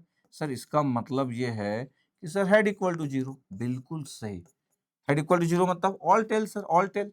अगर मैं इसको ऐसा लिख दूं प्रोबेबिलिटी में कि ऑल टेल सर, तीनों टेल होंगे, हेड इक्वल टू 0 या तीनों टेल्स होंगे, एक ही पॉसिबिलिटी होती है 1/8। ये एक्स इक्वल टू 0 की बात है। अच्छा, x less than equal to 2 की बात क्या करेंगे sir? Less than equal to 2 अगर बोल रहे हो तो x equal to sir 2, x equal to 1 और एक्स इक्वल टू 0 सर। ये ये लेस देन इक्वल टू 2 1 0। अब आपके पास एक्स इक्वल टू 2 कितना था? बोले सर 3/8 था। एक्स इक्वल टू 1 कितना था? बोले 3/8 था सर। और एक्स इक्वल टू 0 कितना था आपके पास? 1/8 था। कितना आ गया? बोले 7/8। इसी को जब हम लिखते हैं इसी स्टाइल को, तो कभी कभी हम बोल देते हैं कि अगर एक कॉइन को 3 बार टॉस करें और x less than equal to 2 है, तो क्यों ना 1 minus probability of x equal to 0 लिख दे। ऐसे तो बोलते थे हम। तो 1 minus probability of x equal to 0, तो 1 माइनस एक्स इक्वल टू 0 में नंबर ऑफ हेड 0 एक ही बात था जब तीनों टेल थे, 1/8 था। 1 माइनस 1/8 7/8 था। ये सब हमको पता है, बट आज हम रैंडम वेरिएबल पढ़ रहे हैं। ये सब हमको पता है, बट आज हम क्या पढ़ रहे हैं? रैंडम वेरिएबल पढ़ रहे हैं। मैं बोलूं कि ये क्या है? एक्स इक्वल टू 3 मतलब sir number of head 3, head head head head head, ये मतलब है सर। एक्स इक्वल टू 3 मतलब क्या है सर? हेड इक्वल टू 3, तो 3 हेड तो एक ही बार आएगा आपके पास, जब तीनों हेड आ जाएंगे तो 1/8 सर। तो ये सब आंसर तो निकालते आता है सर, बिल्कुल आता है, बिल्कुल। बट हम रैंडम वेरिएबल पढ़ रहे हैं। तो सर रैंडम वेरिएबल नहीं पढ़ते तो भी क्या हमारा काम हो जाता? नहीं नहीं भैया, अभी स्टोरी तो चालू हुई है। अभी ऐसे ही थोड़ी है कि गेट में इतने सारे क्वेश्चन रैंडम वेरिएबल क्या है। इसका बताओ आंसर क्या होगा? प्रोबेबिलिटी 1 से लेके 2 तक, 1 से लेके 2 तक आपके पास अगर है एक्स की वैल्यू, और प्रोबेबिलिटी निकालना है रैंडम वेरिएबल 1 से लेके 2 तक आपके पास, कितना होगा आंसर? अगर मैं ऐसा किसी से पूछ लूं कि कितना होगा आपके पास, तो वो थोड़ा परेशान हो सकता है। वो सोचेगा क्या करूं मैं, क्या करूं? तो पता है इस क्वेश्चन का आंसर कोई नहीं दे सकता, नॉट पॉसिबल। क्यों? क्योंकि हम रेंज में फाइंड आउट नहीं कर सकते जब हम डिस्क्रीट रैंडम वेरिएबल पढ़ते। तो नंबर ऑफ हेड्स जो है वो काउंटेबल है, और इसको हम डिस्क्रीट रैंडम वेरिएबल का केस बोलते हैं। इसका मतलब ये जो एक्सपेरिमेंट हो रहा है जिसमें नंबर ऑफ हेड्स की बात हो रही है, ये एग्जांपल डिस्क्रीट रैंडम वेरिएबल का है। द डिस्क्रीट रैंडम वेरिएबल भाई साहब। और डिस्क्रीट रैंडम वेरिएबल की अगर मैं बात कर रहा हूं, तो यार ये 1 से लेके 2 तक ये रेंज की बात नहीं की जा सकती। ये not possible in discrete random variable है। Not possible, not possible. क्योंकि not possible in discrete random variable. इसका मतलब है रैंडम वेरिएबल के बीच में 1 से लेके 2 किसी रेंज के अंदर प्रोबेबिलिटी निकालना है, ये डिस्क्रीट रैंडम वेरिएबल में हो नहीं सकता। इसलिए हम कंटिन्यूअस रैंडम वेरिएबल पढ़ते हैं। अगर एक कंटिन्यूअस रैंडम वेरिएबल होता तो 1 से लेके 2 के बीच का हम एरिया निकाल देते। ये प्रोबेबिलिटी 1 से लेके 2 ये तभी पॉसिबल है जब x कंटिन्यूअस रैंडम वेरिएबल है। अगर आपका x अगर डिस्क्रीट रैंडम वेरिएबल है, x अगर DRV है, डिस्क्रीट रैंडम वेरिएबल, तो ऐसी बातें ना होती है ना हो सकती है, क्योंकि पॉसिबल ही नहीं है कि कोई प्रोबेबिलिटी 1 से 2 पूछ ले और x तो डिस्क्रीट रैंडम वेरिएबल है। ये सब बातें होती है क्योंकि ये डिस्क्रीट रैंडम वेरिएबल में हम करते ही है। हम रेंज की बात नहीं कर सकते। ओके, ठीक है। अब आपके पास जो मैं बोल रहा था थोड़ी देर पहले कि यार दो टाइप के रैंडम वेरिएबल होते हैं, एक डिस्क्रीट एक कंटीन्यूअस। डिस्क्रीट में हम प्रोबेबिलिटी मास फंक्शन की बात करते हैं, इसको भी डिस्कस किए हम, ऐसा नहीं कि नहीं किए। प्रोबेबिलिटी मास फंक्शन की बात करते हो, और प्रोबेबिलिटी मास फंक्शन को सिर्फ पी ऑफ एक्स लिख सकते हैं, प्रोबेबिलिटी या probability X equal to this small X. ये probability X capital X equal to small X. अब एक्स स्मॉल एक्स की वैल्यू 1 हो सकती, स्मॉल एक्स की वैल्यू 2 हो सकती, ये तो भी कर रहे थे अपन। ये सब ये स्मॉल एक्स की वैल्यू है, तो इसमें कोई इश्यू नहीं है किसी को। इट इज रिप्रेजेंटेड एज ये capital x is the discrete random variable, x is the specific specified value. ये देखो कैपिटल एक्स क्या है? डिस्क्रीट रैंडम वेरिएबल ये, और स्मॉल एक्स जो है स्पेसिफाइड वैल्यू है। जो सैंपलिंग पॉइंट्स को जब आप मैप्ड किए थे रियल नंबर में, वो स्पेसिफाइड वैल्यू से रियल वैल्यू, ठीक है। अब बोल रहे किसी डाइस को मैं रोल कर रहा हूँ, probability getting a number equal to 4 is an example of probability mass function. मैं बोल रहा हूँ कि क्या होगा, तो sampling space for the given event, अगर मैं किसी डाइस को रोल कर रहा हूँ तो 1 से लेके 6 तक आएगा। एक्स जो है वो रैंडम वेरिएबल है फॉर गेटिंग 4। मेरे को बोला गया है कि probability of getting a number equal to 4, और उसको रैंडम वेरिएबल बोला है। मतलब रैंडम वेरिएबल किसको डिफाइन किया गया है? 4 आने की प्रोबेबिलिटी को, 4 probability of getting a number equal to 4। तो random variable for getting a 4, तो x be the random variable for getting a 4। The probability mass function क्या होगा एक्स इक्वल टू 4 पे? जब मैं एक्स इक्वल टू 4 पे probability mass function की बात करता हूं, इसका मतलब क्या हो गया? इसका मतलब ये हो गया कि ध्यान से अगर आप देखें, अगर मैं यहीं पे लिख दूं इस जगह पे, ये प्रोबेबिलिटी एक्स इक्वल टू 4, इसका मतलब क्या हो गया? इसका मतलब हो गया probability at x equal to 4। x equal to 4 एक डाइस को जब रोल कर रहा हूं तो आपके पास जो 4 आने की प्रोबेबिलिटी कितनी थी 1/6। यस सर, ये 1/6 होगी। अब इसको प्रोबेबिलिटी मास फंक्शन आपके पास हम बोल रहे हैं x इक्वल टू 4 के लिए तो 1/6, x इक्वल टू 1 के लिए 1/6। अगर मैं सबका सम करता हूं तब जाके आपके पास 1 आता है। तो probability mass function that means the probability. तो प्रोबेबिलिटी मास फंक्शन कुछ है नहीं, सिर्फ प्रोबेबिलिटी है। सबको ऐड कर दूंगा तो 1 हो जाएगा। तो probability mass function nothing but simple probability, जो आज तक आप पढ़ रहे हो शुरू की क्लास 1 to 3 में, पहले भी बोल चुका हूं मैं। ठीक है, जब हम बोलते हैं कि properties of probability mass function क्या होता है, तो प्रोबेबिलिटी मास फंक्शन की वैल्यू, प्रोबेबिलिटी की वैल्यू नेगेटिव तो हो नहीं सकती, तो हम बोल देते हैं कि पी ऑफ एक्स की value is always greater than 0। ये प्रॉपर्टी है। कभी कभी एग्जाम में इतनी सिंपल बातें भी आ जाती है। अगर मैं समेशन कर दूं तो 1 आएगा, sum of all probabilities equal to, क्योंकि टोटल प्रोबेबिलिटी 1 आएगा, इसलिए हम कई बार बोल देते हैं कि प्रोबेबिलिटी मास फंक्शन का जब हम सम करते हैं, क्योंकि प्रोबेबिलिटी मास फंक्शन कुछ अलग सी बात नहीं है, is only nothing but simple probability है आपके पास। तो टोटल प्रोबेबिलिटी इज ऑलवेज 1। तो इसमें कुछ भी स्पेशल बात नहीं है, बट सिर्फ स्पेशल बात यह है कि प्रोबेबिलिटी मास फंक्शन लोगों को लगता है कि एक नया टर्म आ गया, जबकि प्रोबेबिलिटी मास फंक्शन सिंपल एक प्रोबेबिलिटी है, और टोटल प्रोबेबिलिटी को ऐड कर दोगे तो 1 ही आएगा। तो सही बात है।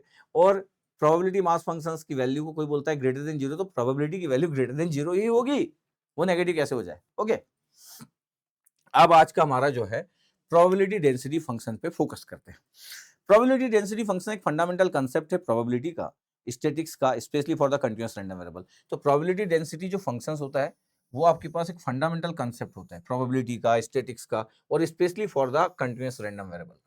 एक कंटीन्यूअस रैंडम वेरिएबल का एक फंडामेंटल कंसेप्ट जो है प्रोबेबिलिटी डेंसिटी फंक्शन है। ये डिस्क्राइब करता है आपके पास कि random variable taking particular value, continuous function अगर आपके पास एफ ऑफ एक्स को हम प्रोबेबिलिटी डेंसिटी फंक्शन बोल रहे हैं, मैं यहाँ पे कंटीन्यूअस फंक्शन लिया एफ ऑफ एक्स, इसको मैं प्रोबेबिलिटी डेंसिटी फंक्शन बोल रहा हूँ रैंडम वेरिएबल का। अगर ये सेटिस्फाइड करता है, मतलब किसी फंक्शन को आप पीडीएफ बोल सकते हो, आप बोल सकते हो कि एक रैंडम वेरिएबल एक्स है, उसका एक पीडीएफ डिफाइंड है, उसका एक कंटीन्यूअस रैंडम वेरिएबल का एक फंक्शन को पीडीएफ हम तभी बोलते हैं जब वो फॉलोइंग कंडीशन को सेटिस्फाइड करता है। एक तो इसकी वैल्यू नॉन नेगेटिव होगी, मतलब 0 हो सकती है लेकिन नेगेटिव नहीं हो सकती। PDF is always non negative, it's very important. इसलिए क्योंकि कॉम्पिटिटिव एग्जाम में सब बातें होती है स्टेटमेंट में कि पीडीएफ की प्रॉपर्टी तो नॉन नेगेटिव होता है, आपके 0 हो सकता है, ऑप्शन में ग्रेटर देन 0 भी लिखा होगा, ऑप्शन में ग्रेटर देन इक्वल टू 0 भी लिखा होगा। The greater than equal to 0 is not only greater than 0, the greater than equal to 0, non negative for all values of x. तो अगर मैं किसी कंटिन्यूअस फंक्शन को पीडीएफ बोल रहा हूं रैंडम वेरिएबल एक्स का, तो वो कंटिन्यूअस फंक्शन पीडीएफ तब होगा जब उसकी कंडीशन सेटिस्फाइड करेगा। ठीक है भैया।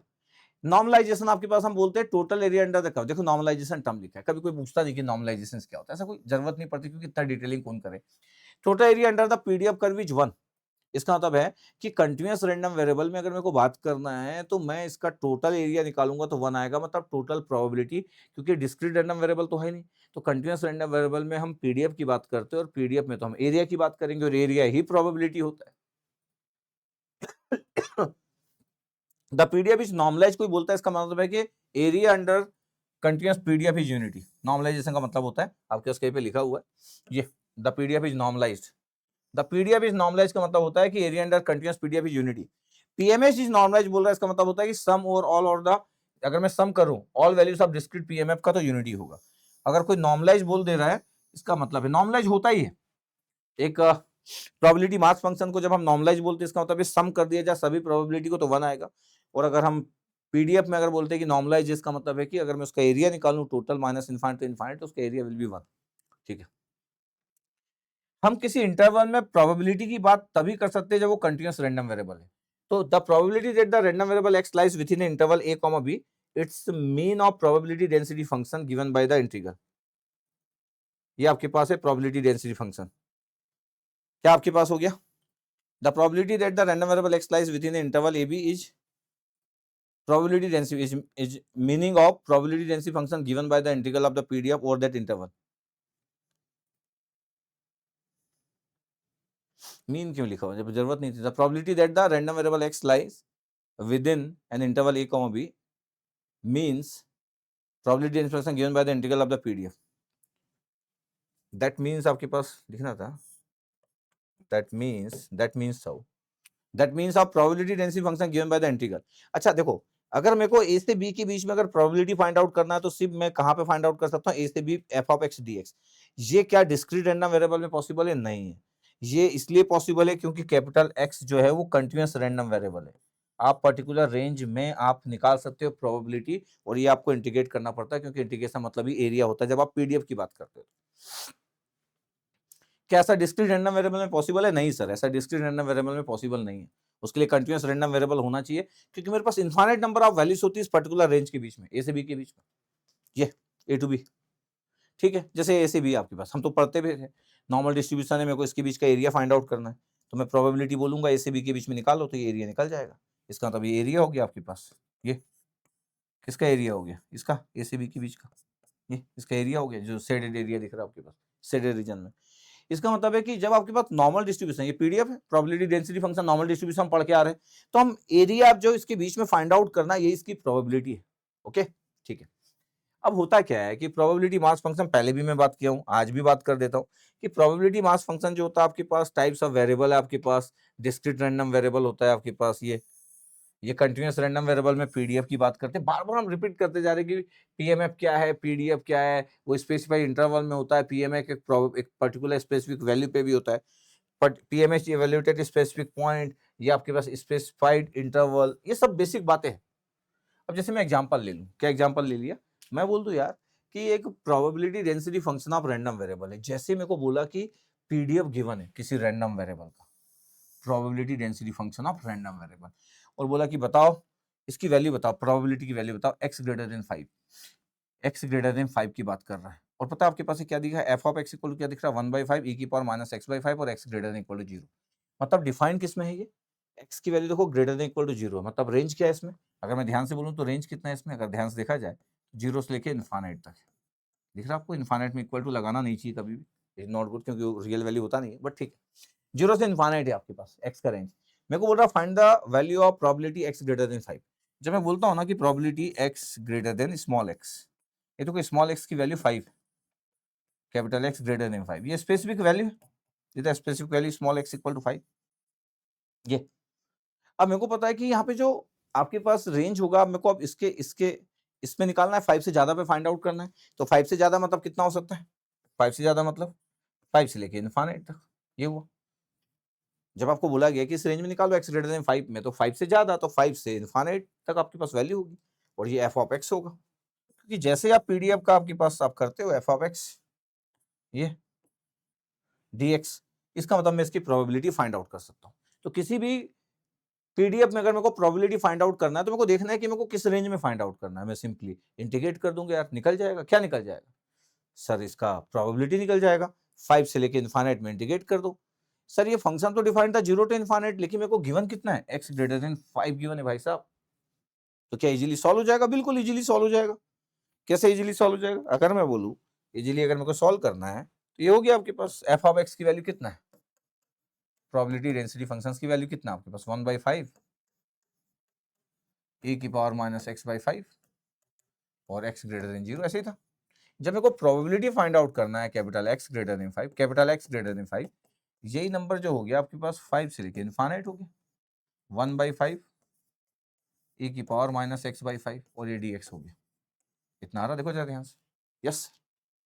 अब इंटीग्रेशन तो आपको आना चाहिए, माइनस x बाई 5 था, इसको इंटीग्रेट करोगे तो -5 आ जाएगा, तो 1/5 इंटू -5 और फिर इंटीग्रेशन ई रेस पर माइनस एक्स बाई 5 का इंटीग्रेशन हो गया, -5 ई रेस पर माइनस एक्स बाई 5, इनफाइनाइट और 5 ये कैंसिल आउट होकर -1 बचा बाहर, इनफाइनाइट पुट कर दो तो ई की पावर माइनस इनफाइनाइट, -5 पुट कर दो तो ई की पावर माइनस 5/5 तो ई की पावर -1, पावर -1 था, ई की पावर माइनस इनफाइनाइट 0 होता है, और ई की पावर -1 जो होता है 1/e या ई की पावर, तो 1/e आ गया।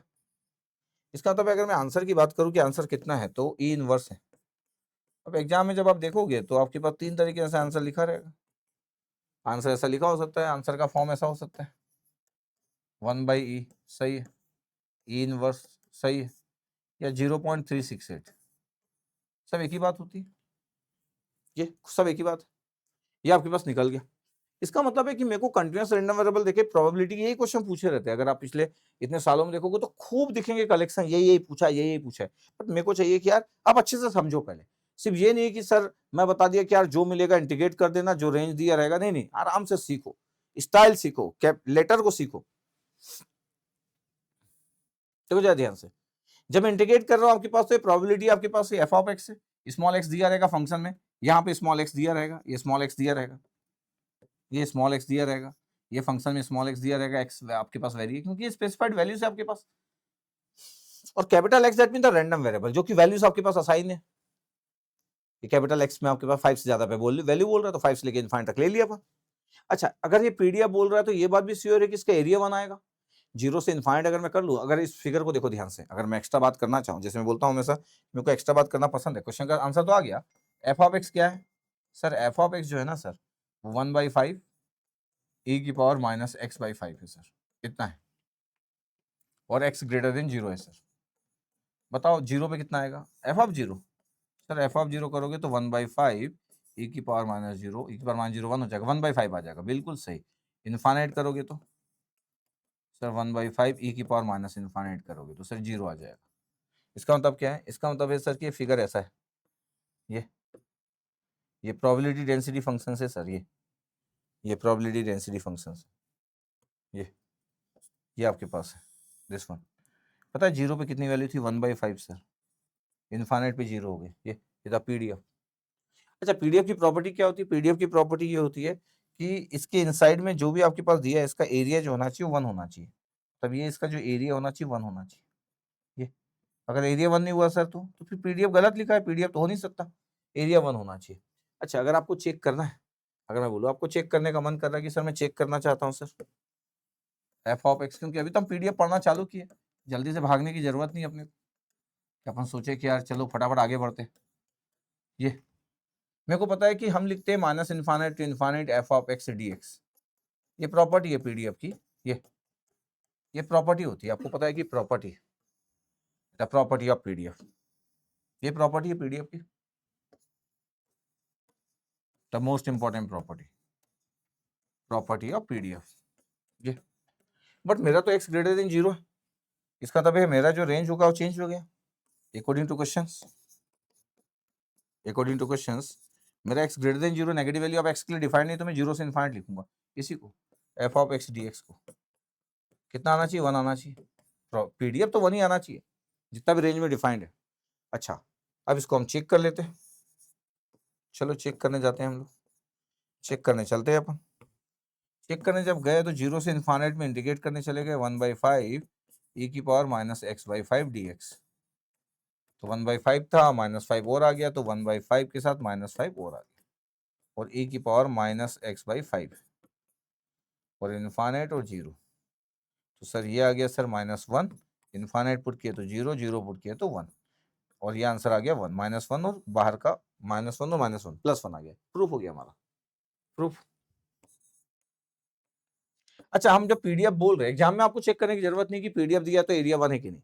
जब वो अगर कुछ कांस्टेंट देंगे और पूछेंगे वो उस कांस्टेंट की वैल्यू निकालो, तो फिर तो आपको वो चाहते हैं कि आप एरिया 1 करो और कांस्टेंट निकालो, और कुछ प्रोबेबिलिटी कैलकुलेट करने को बोल रहे हैं तो फिर आपको जरूरत नहीं है। क्लियर? अगर पीडीएफ दिया है तो उसका एरिया 1 होना चाहिए इन द स्पेसिफाइड रेंज जो कि दिया है। जैसे एक्स ग्रेटर देन 0 दिया तो 0 से इनफाइनाइट में 1 होना चाहिए था। आपको क्या पूछा गया था पता है क्वेश्चन में? आपको पूछा गया था कि सर एक्स ग्रेटर देन, आपके पास कितना पूछा गया था? 5। आपको प्रोबेबिलिटी पूछा था। तो कंटीन्यूअस रैंडम वेरिएबल में जब हम बोलते हैं कि आपको ये पूछा गया है, इसका ये मतलब है कि सर मेरे पास एक पीडीएफ था, f of x equal to कितना था? 1/5 e raise to minus x/5, x greater than 0। वैसे एक्सपोनेंशियल है, मेरे को पता है पीडीएफ, बट फिर भी अभी मैं यूज नहीं करना चाहता टर्म। अभी तो हम स्टार्ट किए रैंडम वेरिएबल पढ़ना। ये एफ ऑफ एक्स हुआ, ये पता आपके पास ये 1/5 था और ये इनफाइनाइट पे 0 था, दिस वन ऐसा था, और x इक्वल टू 0 पे 1/5 था। हमारा क्वेश्चन क्या था? हमारा क्वेश्चन था x greater than equal to 5, ऐसे था हमारे पास। तो x greater than equal to 5 आपके पास ये था, सपोज करो ये 5 ये, तो आपको ये पूछा गया था, ये एरिया, ये पूछा गया था कि प्रोबेबिलिटी x ग्रेटर देन 5, इसलिए आप बोल रहे थे कि आपको ये एरिया चाहिए 5 to infinite f of x d x, और फिर आप ये फाइंड आउट किया और ये आंसर कितना आ गया था? ई इनवर्स, जिसको आप बोलते हैं 0.368, ये आपका आंसर आया था, ये पूछा गया था आप। तो किसी भी पीडीएफ में अगर आपको प्रोबेबिलिटी फाइंड आउट करना, दैट मींस द एरिया, और जो रेंज दिया वो रेंज, ठीक, ओके सर, इतना हमको दिखना चाहिए।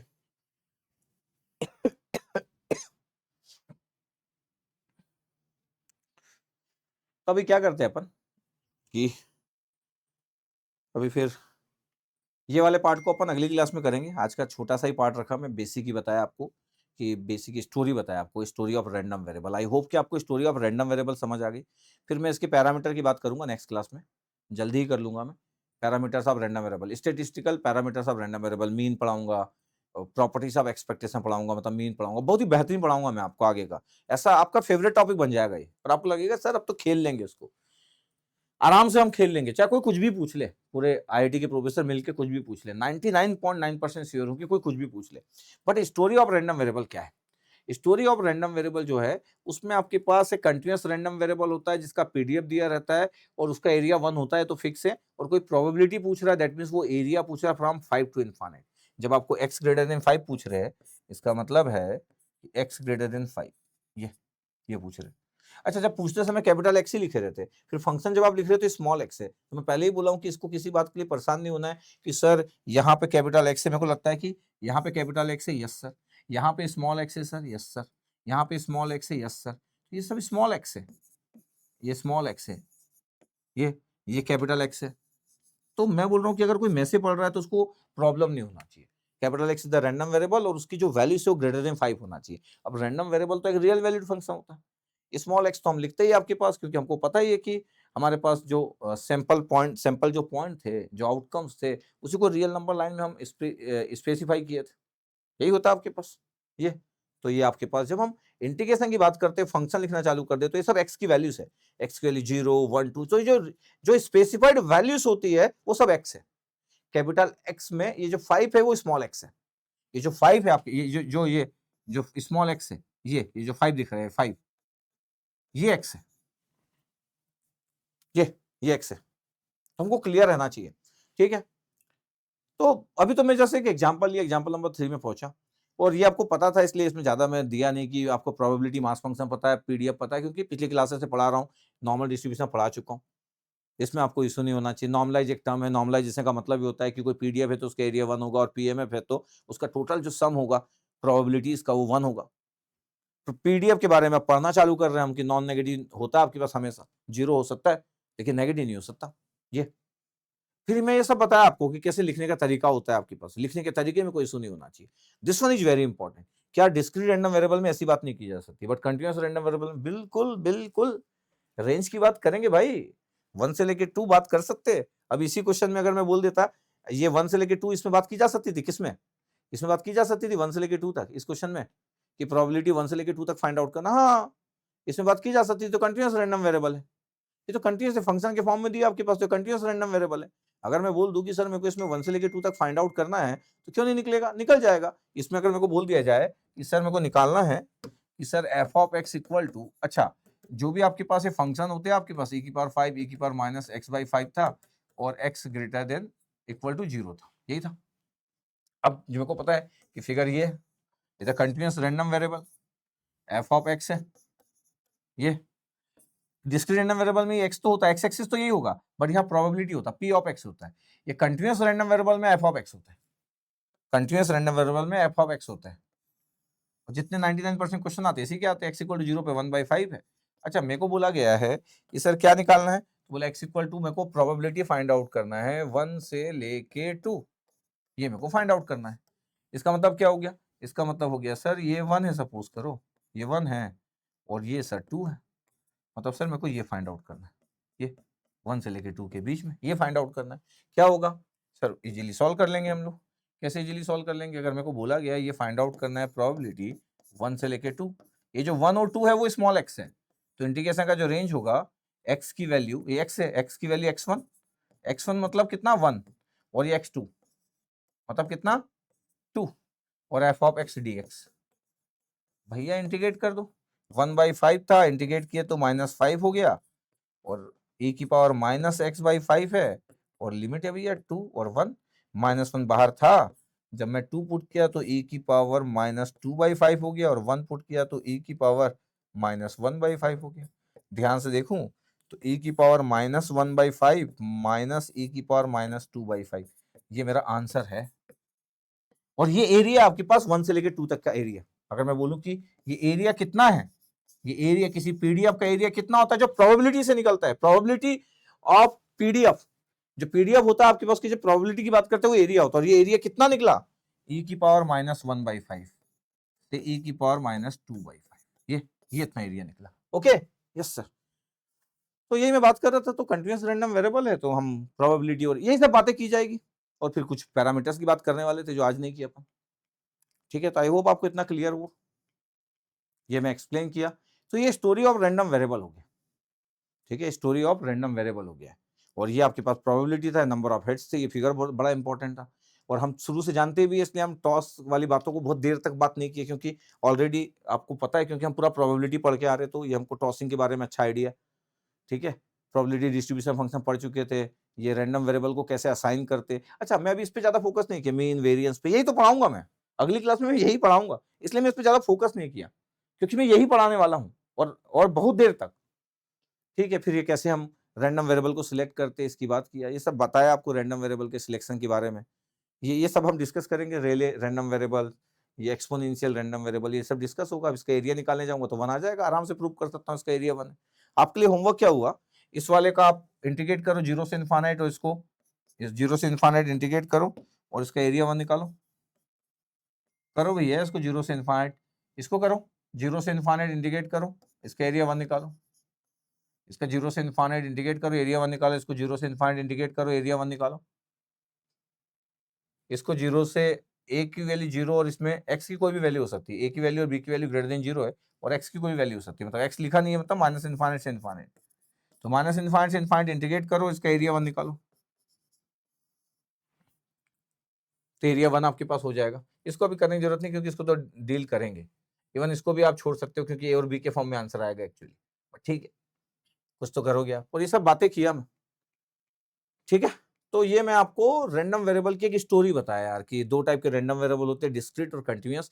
इसका मतलब है कि जो पहली क्लासेस, दूसरी क्लास में सर आप सैंपल स्पेस की खूब बातें कर रहे थे और प्रोबेबिलिटी खूब निकालते थे, हेड टेल डाइस की बात करते थे, खूब प्रोबेबिलिटी की बात करते थे।